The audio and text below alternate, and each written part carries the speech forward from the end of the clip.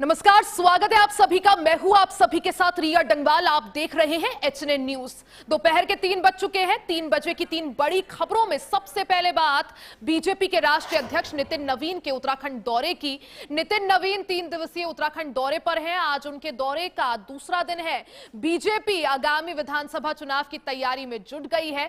उत्तराखंड में सत्ता की चाबी अपने पास रखने और हैट्रिक लगाने के लिए भारतीय जनता पार्टी ने तैयारियां तेज कर दी है। हिंदुत्व की पिच पर साल 2022 के सफल प्रयोग को दोहराने की बड़ी चुनौती के बीच बीजेपी के राष्ट्रीय अध्यक्ष नितिन नवीन उत्तराखंड के दौरे पर है। वहीं दूसरी बड़ी खबर में बात यूपी के हमीरपुर में बेतवा नदी पर बन रहे निर्माणाधीन पुल का स्लैब गिरने से हुए हादसे की। शुक्रवार देर रात 2 बजे निर्माणाधीन पुल का स्लैब गिर गया। बेतवा नदी पर निर्माणाधीन पुल का स्लैब गिरने से बड़ा हादसा हो गया। हादसे में अब तक 6 मजदूरों की दर्दनाक मौत हो चुकी है, जबकि 3 मजदूर अब भी पिलर पर फंसे हुए हैं। रेस्क्यू ऑपरेशन जारी है। इस बीच मुख्यमंत्री योगी आदित्यनाथ ने भी इस हादसे का संज्ञान लिया है।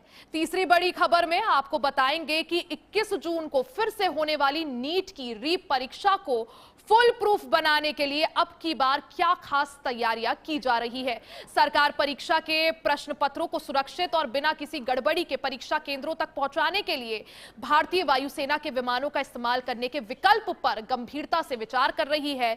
अब की बार प्रधानमंत्री खुद व्यक्तिगत रूप से 21 जून को होने वाली इस रीटेस्ट की तैयारियों की मॉनिटरिंग कर रहे हैं। तो दोपहर के 3 बज चुके हैं और 3 बजे की ये 3 बड़ी खबरें आपकी टीवी स्क्रीन पर। पहली खबर, नितिन नवीन के उत्तराखंड दौरे की किस तरह से चुनाव के मूड में अब बीजेपी नजर आ रही है। चुनाव की तैयारियां अभी से ही शुरू कर दी है। दूसरी बड़ी खबर देखिए किस तरह से हमीरपुर में बड़ा हादसा हो गया। निर्माणाधीन पुल का एक स्लैब अचानक से गिर गया। जिस तरह से मौसम ने करवट ली है, आंधी तूफान बारिश की वजह से यह स्लैब गिरा और 6 मजदूरों की इसमें जान चली गई। और तीसरी बड़ी खबर, नीट का जो रीटेस्ट 21 जून को होने वाला है उसके लिए तैयारियां तेज हो गई हैं। अब की बार कई खास तैयारियां की जा रही है। हो सकता है कि वायुसेना की भी मदद ली जाए। बीजेपी के राष्ट्रीय अध्यक्ष नितिन नवीन उत्तराखंड के 3 दिवसीय दौरे पर हैं। आज दौरे के दूसरे दिन वो कई कार्यक्रमों में हिस्सा ले रहे हैं। आपको बता दें कि राष्ट्रीय अध्यक्ष के दौरे के पहले दिन देहरादून स्थित पार्टी कार्यालय में राज्य मंत्री समूहों और कोर कमेटी की बैठक हुई, जिसकी अध्यक्षता राष्ट्रीय अध्यक्ष नितिन नवीन ने की। बैठक को संबोधित करते हुए राष्ट्रीय अध्यक्ष नितिन नवीन ने कहा कि आगामी विधानसभा चुनाव में भारतीय जनता पार्टी जनता और कार्यकर्ताओं के समर्थन से जीत की हैट्रिक बनाएगी। बैठक में संगठन विस्तार, बूथ सुदृढ़ीकरण, जनसंपर्क अभियान और आगामी कार्यक्रमों की रूपरेखा पर विस्तार से चर्चा हुई। केंद्र और राज्य सरकार की जन कल्याणकारी योजनाओं को जमीनी स्तर पर पहुंचाने पर भी जोर दिया गया। वहीं इस दौरान बीजेपी के प्रदेश अध्यक्ष महेंद्र भट्ट उन सीटों का जिक्र कर रहे थे जहां पिछली बार पार्टी को अधिक मेहनत करनी पड़ी थी। प्रदेश अध्यक्ष महेंद्र भट्ट ने कहा कि पार्टी नेता उन बूथों का दौरा करेंगे जहां पिछली बार कम वोट मिले थे और स्थानीय कार्यकर्ताओं के साथ बैठक कर संगठन को मजबूत करने का भी काम किया जाएगा। और हमारे मैनेजिंग डायरेक्टर मुकेश कुमार जी हमारे साथ जुड़ गए हैं। मुकेश जी, देखिए, पश्चिम बंगाल, असम में प्रचंड जीत के बाद अब बीजेपी की नजर 2027 में होने वाले विधानसभा चुनाव में है, जिसमें उत्तराखंड भी है, यूपी भी है, पंजाब भी है। बीजेपी के राष्ट्रीय अध्यक्ष नितिन नवीन इस बीच उत्तराखंड के दौरे पर है। क्या जीत का मूल मंत्र दिया गया और इस दौरे के क्या मायने? देखिए, ये बहुत ही महत्वपूर्ण दौरा है और हर एक चुनाव में जो बीजेपी का मंत्र होता है कि बूथ लेवल तक पहुंचो, और बूथ लेवल तक पहुंच के बूथ लेवल के जो कार्यकर्ता हैं उनके उत्साह में वृद्धि करना, उनका उत्साह वर्धन करना, ये एक तरीके से कहें जो चुनावी कार्यक्रम का एक हिस्सा होता है बीजेपी का। तो उस लिहाज से नितिन नवीन जी का दौरा जो है बड़ा महत्वपूर्ण है। और उत्तराखंड में जो चुनाव है, इनफैक्ट बीजेपी यहाँ पर जो है अपनी जीत की हैट्रिक लगाना चाहती है। और इससे पहले नितिन नवीन जी से पहले अमित शाह जी का दौरा हुआ। अमित शाह जी के पहले जो है प्रधानमंत्री भी यहाँ पर पहुंच चुके हैं। और दिल्ली और देहरादून जो एक्सप्रेस हाईवे का जो उद्घाटन जब हुआ था तो वहां पर नितिन गडकरी जी भी थे। और उत्तराखंड को भी प्रायोरिटी बेसिस पर रखा गया है, क्योंकि यहाँ पर चुनौती जो है तीसरी बार लगातार बीजेपी की सरकार बनाने की चुनौती है, जिस तरीके से असम के चुनाव में हैट्रिक की चुनौती थी और उसको बहुत ही अच्छे तरीके से बीजेपी ने हासिल किया, उसी तरीके की चुनौती जो है अभी अपने उत्तराखंड में भी है। और उत्तराखंड में लोग जो हैं वो जो पार्टी जो है, पार्टी का फोकस जो है संगठन को मजबूत करना और बूथ लेवल पर कार्यकर्ताओं को एक्टिव करना, उनमें ऊर्जा, नई ऊर्जा का संचार करना। क्योंकि जब भी कोई केंद्रीय नेतृत्व जाता है किसी भी राज्य में, तो जो कार्यकर्ता है उनका उत्साह वर्धन होता है। तो एक तो ये बात है कि चुनाव को लेकर के, लेकिन अभी क्या है, जो नितिन नवीन राष्ट्रीय अध्यक्ष बनने के बाद उनका जो है पहला दौरा है उत्तराखंड का, और अभी वो अपने केंद्रीय संगठन में भी फेरबदल करने वाले हैं, अपनी टीम भी बनाने वाले हैं। और चुनाव को देखते हुए अपनी केंद्रीय टीम में वो उत्तराखंड से भी लोगों को शामिल करेंगे ताकि इसका चुनावी फायदा जो है पार्टी को मिले। तो इन दोनों लिहाज से जो है यह दौरा बड़ा महत्वपूर्ण है। लेकिन एक तरीके से आप ये कह सकते हैं कि चुनावी बिगुल फूंकने के लिए नितिन नवीन वहां पर गए हैं, और उसके बाद जो है चुनाव में इसका असर देखने को मिला है। क्योंकि नितिन नवीन जी के नेतृत्व में यह दूसरा चुनाव होगा। सबसे पहला चुनाव वेस्ट बंगाल का कठिन चुनाव, अध्यक्ष रहते हुए पहला चुनाव था, और इस चुनाव में जिस तरीके से उन्होंने जीत हासिल की असम और वेस्ट बंगाल में, असम वेस्ट बंगाल में इनको भारी जीत मिली, तो इसका श्रेय जो है नितिन नवीन जी को भी जाता है, क्योंकि अध्यक्ष पार्टी के वही थे। तो अब इसको आगे बढ़ाना उनका काम है, और आने वाले 5 राज्यों में जो चुनाव है उनका दायित्व भी इन्हीं के सर है। तो मुझे लगता है कि यह जो बैठक है, यह जो उनका दौरा है, 3 दिवसीय दौरा जो है, ये काफी महत्वपूर्ण है। और लोगों से मेल जोल भी, क्योंकि अभी नए अध्यक्ष बने हैं, तो उत्तराखंड के और हर एक प्रदेश के लोगों के साथ इनका उतना जान पहचान या यूं कहें कि इंटरैक्शन नहीं है। तो उस लिहाज से भी जो है नितिन नवीन जी का यह दौरा जो है काफी महत्वपूर्ण है। क्योंकि मुकेश जी देखिए, जब से उत्तराखंड का गठन हुआ है, उत्तराखंड में हमेशा से ये ट्रेंड रहा था कि 5 साल जो है जनता कांग्रेस को चुनती है, फिर बीजेपी को चुनती है। लेकिन 2022 चुनाव में जनता ने ये जो ट्रेंड था इसको बदला, और बीजेपी ने जीत जो है दूसरी बार दर्ज की थी लगातार। जैसा आपने भी पहले जिक्र किया कि जीत की हैट्रिक लगाने की बड़ी चुनौती है, कांग्रेस भी जो है अपनी जमीन उत्तराखंड में तैयार कर रही है। इस लिहाज से मुकेश जी, नितिन नवीन का ये दौरा, और पहले ही वो ऐलान भी कर चुके हैं कि मुख्यमंत्री पुष्कर सिंह धामी के ही नेतृत्व में जो है 27 का चुनाव लड़ा जाएगा। ऐसे में क्या समझा जाए, अब फोकस सिर्फ और सिर्फ बूथ मैनेजमेंट पर? बिल्कुल, देखिए विश्व की सबसे बड़ी पार्टी है बीजेपी, और बीजेपी विश्व की सबसे बड़ी पार्टी इसलिए हुई क्योंकि यहाँ पर कार्यकर्ताओं को सम्मान दिया जाता है, और संगठन को मजबूत करने के लिए केवल चुनाव के दिन ही नहीं, जो बीजेपी के किसी भी बड़े नेता और संगठन के व्यक्ति से अगर आप बात करेंगे तो वो केवल ये नहीं बोलेंगे कि मैं वो 24/7 सातों दिन, 24 घंटे, 365 दिन वो पार्टी के लिए काम करते हैं। एक चुनाव खत्म हुआ, दूसरे चुनाव में वो लग जाते हैं उनके कार्यकर्ता। तो उस लिहाज से ये केवल उस काम को आगे बढ़े, ये रूटीन जॉब है। वहां के जो भी बीजेपी के कार्यकर्ता हैं, बीजेपी के संगठन के लोग हैं, जो पदाधिकारी हैं और अध्यक्ष, वो उनके लिए रूटीन वर्क है। चूंकि रूटीन में अब चुनाव है, तो चुनाव को जीतने के लिए, और बीजेपी ने पहले ही बहुत बार, जितने भी बड़े वरिष्ठ नेता हैं उन सभी ने बार बार ये बात कहा है कि बीजेपी छोटा चुनाव हो या चुनाव बड़ा हो, बड़े स्टेट में हो या बिल्कुल छोटा चुनाव हो या बड़ा चुनाव हो, बीजेपी हर चुनाव को बेहद गंभीरता से और सीरियसली लेती है। हालांकि अभी 27 के चुनाव में 10 महीने का समय है, लेकिन मुकेश जी, जैसा आपने कहा कि अभी से जमीन तैयार की जा रही है, कोशिश यही है कि जीत की हैट्रिक लगाई जा सके। बहुत बहुत शुक्रिया समय देने के लिए, हमारे साथ जुड़ने के लिए। आगे बढ़ते हैं, 3 बजे की दूसरी बड़ी खबर आप तक पहुंचाते हैं। यूपी के हमीरपुर में बेतवा नदी पर बन रहे निर्माणाधीन पुल का स्लैब शुक्रवार देर रात 2 बजे गिर गया। बेतवा नदी पर निर्माणाधीन पुल का एक हिस्सा अचानक ढह गया। हादसे में अब तक 6 मजदूरों की दर्दनाक मौत हो चुकी है, जबकि 3 मजदूर अब भी पिलर पर फंसे हुए बताए जा रहे हैं। बताया जा रहा है कि रात को यह हादसा हुआ, यानी देर रात करीब 3 बजे आंधी और बारिश के दौरान यह हादसा हुआ, जब पुल का स्लैब भरभरा कर नीचे गिर गया। जानकारी के मुताबिक ललपुरा क्षेत्र के मोरकंदर परसनीक से कुर्रा के नेठी और कंडौर गांव के बीच लगभग 1 किलोमीटर लंबे पुल का निर्माण कार्य चल रहा था। हादसे के समय कई मजदूर पुल के उसी हिस्से में सो रहे थे, तभी स्लैब अचानक से नीचे गिर गया और ये घटना हो गई। 6 मजदूरों की जान चली गई है। घटना के बाद इलाके में हड़कंप मच गया। मौके पर पुलिस प्रशासन और एसडीआरएफ की टीमें राहत और बचाव कार्य में जुटी हुई है। मलबे में दबे लोगों को निकालने का प्रयास भी जारी है। हादसे में मरने वालों में बांदा और हमीरपुर के मजदूर शामिल है। वहीं 3 घायल मजदूर पिलर के पास आसपास फंसे हुए बताए जा रहे हैं। रेस्क्यू ऑपरेशन लगातार जारी है। सीएम योगी आदित्यनाथ ने भी हादसे का संज्ञान लिया है। अधिकारियों को सख्त से सख्त दिशा निर्देश दिए हैं कि रेस्क्यू ऑपरेशन जल्द से जल्द पूरा हो सके। रात में तूफान आया। तूफान की वजह से ये ऊपर जो निर्माण का कार्य चल रहा था, तेज आंधी और तूफान की वजह से पुल गिर गया। इसमें कुछ लोग कार्य कर रहे होंगे, वो फंस गए। कुछ तो नीचे गिर गए जो दब गए, जिसमें से उनकी मृत्यु भी हो गई। उनका भी रेस्क्यू कर दिया गया, निकाल लिया गया। 3 लोग जीवित ऊपर बचे थे पुल पे, उनको भी सकुशल उतार लिया गया। इसमें क्या लगता है ठेकेदार की तरफ से कोई लापरवाही बरती गई जिस वजह से? अब अभी तो काम चल रहा है, अभी किसकी लापरवाही कुछ डिसाइड नहीं किया जाता। अभी तो काम चल रहा है। अभी तो आप देख रहे हैं, ऊपर देखिए, दिखाइए कैमरा। तो हमीरपुर में निर्माणाधीन पुल का एक स्लैब नीचे गिर गया। जिस तरह से उत्तर भारत में मौसम ने करवट ली है, तेज आंधी और तूफान के बाद देर रात यह हादसा हुआ। निर्माणाधीन पुल का स्लैब गिरने से जो पुल के नीचे मजदूर सो रहे थे वो इसकी चपेट में आ गए। मलबे के चपेट में आने की वजह से 6 मजदूरों की जान चली गई है। बेहद दर्दनाक हादसा। कई मजदूर अभी भी मलबे में फंसे हुए हैं। रेस्क्यू ऑपरेशन लगातार जारी है।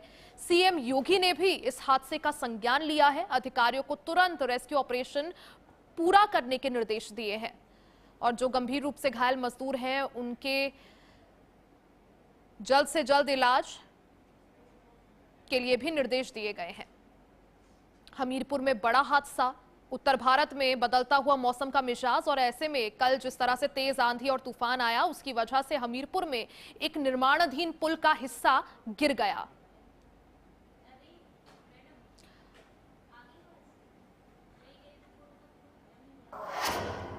सोहन लाल हमारे सहयोगी अपडेट के साथ जुड़ गए हैं। सोहन लाल, जिस तरह से हमीरपुर में ये दर्दनाक हादसा हुआ है, उत्तर भारत में मौसम बदला और तेज आंधी और बारिश की वजह से निर्माणाधीन पुल का एक हिस्सा गिर गया।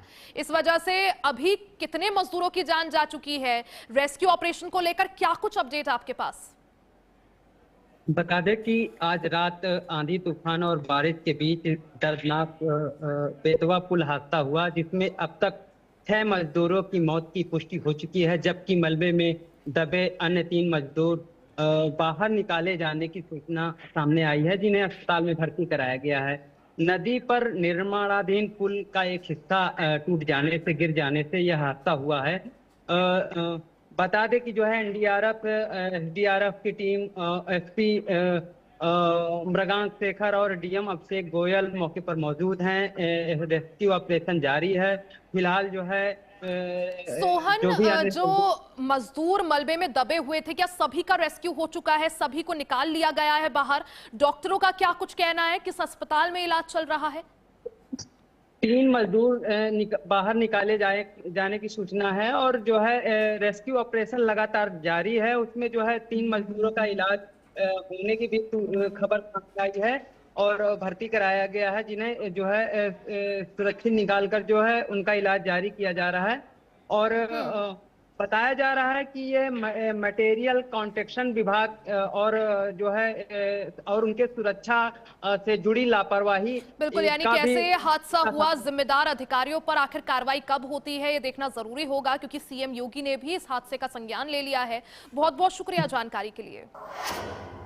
खबरें और भी हैं, वो भी आप तक पहुंचाएंगे। वक्त हो चला है एक छोटे से ब्रेक का, फौरन वापस आएंगे, बने रहे हमारे साथ।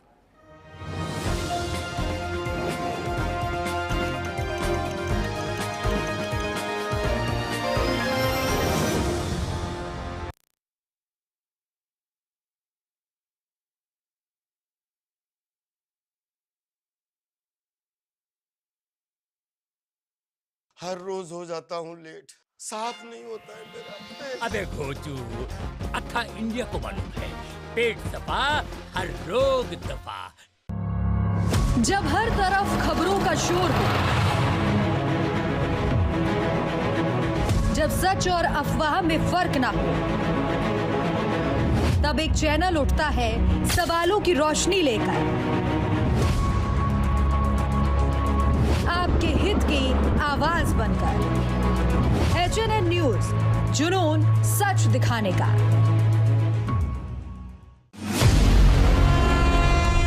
जहां हर सुबह के साथ उठते हैं नए सवाल, जहां हर ओर गूंजती है जनता की आवाज, गांव की चौपाल हो या सत्ता का दरबार, सियासी आग हो या रिश्तों का जहर, देश के सबसे बड़े सूबे की 5 बड़ी खबर। यूपी बोलता है HNN न्यूज पर सुबह 8 बजे।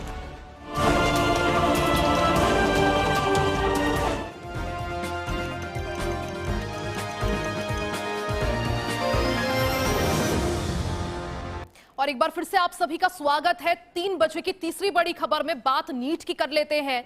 बड़ा अपडेट आपको दे दें, नीट पेपर लीक मामले में सुप्रीम कोर्ट में सुनवाई हुई। सुप्रीम कोर्ट ने सख्त टिप्पणी करते हुए कहा यह बहुत चिंता का विषय है, गड़बड़ी करने वालों की पहचान की जाए। छात्रों को ऐसी स्थिति का सामना करना पड़ा, ये बेहद चिंताजनक है। साथ ही सुप्रीम कोर्ट ने कहा पीएम मोदी खुद इस मामले की अब निगरानी कर रहे हैं। सॉलिसिटर जनरल ने कहा कि 21 जून को परीक्षा की पूरी तैयारी है। सॉलिसिटर जनरल तुषार मेहता ने यह भी जानकारी दी सुप्रीम कोर्ट के सामने कि पीएम मोदी अब की बार खुद इस परीक्षा की निगरानी कर रहे हैं। पीएमओ की तरफ से इस परीक्षा की निगरानी अब की बार की जा रही है। सुप्रीम कोर्ट में नीट पेपर लीक मामले पर अहम सुनवाई हुई। इस बीच सुप्रीम कोर्ट ने सख्त टिप्पणी की। उन्होंने कहा कि ये बहुत चिंता का विषय है, गड़बड़ी करने वालों की पहचान जल्द से जल्द की जाए।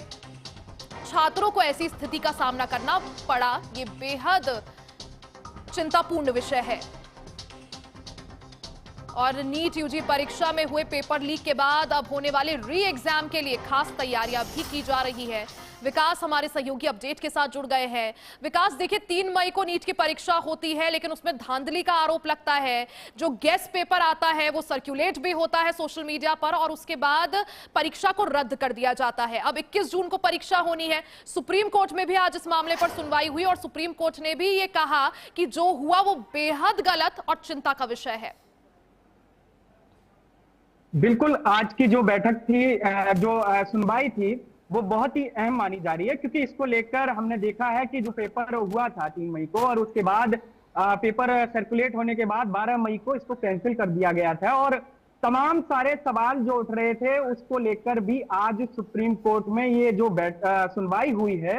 इस अहम सुनवाई में जस्टिस PS निरतम्मा और जस्टिस आलोक आराध्य की एक स्पेशल बेंच थी, जिसने जो कि ऑल इंडिया मेडिकल एसोसिएशन और यूनाइटेड डॉक्टर फ्रेंड्स की याचिकाओं पर सुनवाई हुई और इसमें विशेष मांग की गई थी कि एनटीए को भंग किया जाए, क्योंकि एनटीए की लगातार जो पेपर को लेकर जो बातें सामने आ रही हैं, एनटीए को लेकर कहा जा रहा है कि एनटीए सही से जो परीक्षा है उनको करवा नहीं पा रहा है। और दूसरी मांग ये थी कि एनटीए और सीबीआई से इस बात का जवाब मांगा है कि अभी तक जो पेपर लीक हुआ है उस पेपर लीक मामले में अब तक कहां जांच पहुंची है, क्या कुछ हुआ है। इस पूरी सुनवाई के दौरान जो स्पेशल बेंच है उसने सीधे सीधे सवाल भी पूछे और उन सीधे सवालों में यही जवाब मांगा कि क्या 22 लाख जो छात्र हैं उनका जिम्मेदार कौन है। तो इस पर सॉलिसिटर जनरल तुषार मेहता ने सीधे सीधे जवाब दिया कि हम इस पूरे मामले को लेकर बड़े ही संवेदनशील। बिल्कुल, देखिए विकास, कहा जा रहा है कि क्योंकि 21 जून को जो रीटेस्ट होना है, जो री पेपर होना है, उसके लिए खास तैयारियां की गई है। जब बात तैयारियों की है तो अब की बार क्या कुछ अलग हो सकता है ताकि पेपर लीक की गुंजाइश ही ना रहे? बिल्कुल, इसका जवाब भी आज सुप्रीम कोर्ट में दिया गया और सुप्रीम कोर्ट की तरफ से जो एनटीए और जो समिति के अध्यक्ष के राधाकृष्णन थे, उन्होंने साफ कहा कि हम एक हलफनामा भी उन्होंने सुनवाई से पहले कोर्ट में जारी दिया और उस मामले को लेकर उन्होंने कहा कि इस पूरे मामले को लेकर हम ये हलफनामा दे रहे हैं और जिसमें लगभग 101 के लगभग जो चीजें थी वो सुधार को लेकर उन्होंने सारी चीजें एक एक करके मेंशन की और उसमें ये भी बताया कि 60 से ज्यादा जो प्रक्रिया में सुधार होने के लिए है वो लगभग लागू हो चुकी है और बाकी जो सिस्टम में खामियां हैं उनको सुधार करने के लिए हम काम कर रहे हैं। सबसे बड़ी बात है कि जो 21 जून को अब पेपर होना है उसको लेकर एनटीए ने साफ कर दिया है कि हम जो पेपर कराएंगे अब उसमें तकनीक का इस्तेमाल करेंगे, क्योंकि जो पिछला पेपर जो कहीं ना कहीं लीक हुआ है उसको लेकर उन्होंने बताया कि इस पूरे पेपर लीक मामले में कहीं ना कहीं जो लोगों ने यानी जो पेपर लीक करने वाले आरोपी थे उन्होंने कहीं एक हाई प्रोफाइल एक बहुत ही अच्छी टेक्निक का इस्तेमाल किया, जिसके जरिए उन्होंने पेपर को लीक किया है। इसके बाद उन्होंने साफ कहा कि हम इस बार ऐसी टेक्नोलॉजी ला रहे हैं जो कि किसी भी तरीके से पेपर लीक ना कर पाए, चाहे और अब की बार विकास जिस हो। तरह से चर्चाएं चल रही है कि हो सकता है ट्रांसपोर्टेशन के लिए एयरफोर्स के विमानों का भी उपयोग किया जा सके, जीपीएस ट्रैकिंग हो उन वाहनों की जो जमीनी स्तर पर ट्रांसपोर्ट करेंगे क्वेश्चन पेपर को। लेकिन विकास देखिए, सवाल वही है कि जब 3 मई को पेपर हुआ था तो जो गेस्ट पेपर सामने आया था, जांच में ये निकलकर सामने आया या ये खुलासे हुए कि एनटीए के अंदर से ही किसी ने वो पेपर लीक किया है या किसी ने पूरा जो डेटाबेस था क्वेश्चन पेपर का उसको चुराया। अब की बार ऐसे लूपहोल्स ना रह जाए, ब्रीच ना हो, इसके लिए क्या अलग करने की कोशिश? देखिए, साफ तौर पर अगर सुरक्षा के लिहाज से बात की जाए तो इस बार एनटीए ने साफ तौर पर कहा है कि इस बार जो हम जो पेपर जहां रखे जाएंगे उसकी 3 लेयर सिक्योरिटी हम करेंगे, जिसमें पुलिस और सीधा सेंट्रल फोर्सेस जहां पर पैरामिलिट्री फोर्सेस लगाए जाएंगे। इसके साथ साथ जो उसकी निगरानी होगी, जहां पर भी पेपर रखे जाएंगे उसकी सीधी कंट्रोल रूम, यानी जो एनटीए का या शिक्षा मंत्रालय का जो कंट्रोल रूम है वहां से निगरानी की जाएगी। और दूसरी अहम बात, सबसे बड़ी बात, इस बार जो एनटीए की तरफ से साफ कहा गया कि जो पेपर है यानी जो सिक्योरिटी रूम से वो सेंट्रल तक पहुंचाने के लिए एयरफोर्स का सहारा लिया जा सकता है। अभी इस पर उन्होंने बात कही है लेकिन ऑफिशियल कुछ नहीं आया है। लेकिन हाँ, यानी 21 जून को होने वाले नीट रीटेस्ट में किसी भी तरह की खामी ना हो, इसको देखते हुए अब की बार एनटीए और सरकार मिलकर काम कर रहे हैं और खास तैयारियां भी की जा रही हैं। आप नजर बनाए रखें। बहुत बहुत शुक्रिया जानकारी के लिए। इसी के साथ 3 बजे की 3 बड़ी खबरों में फिलहाल के लिए बस इतना ही। बने रहे हमारे साथ, देखते रहे HNN न्यूज।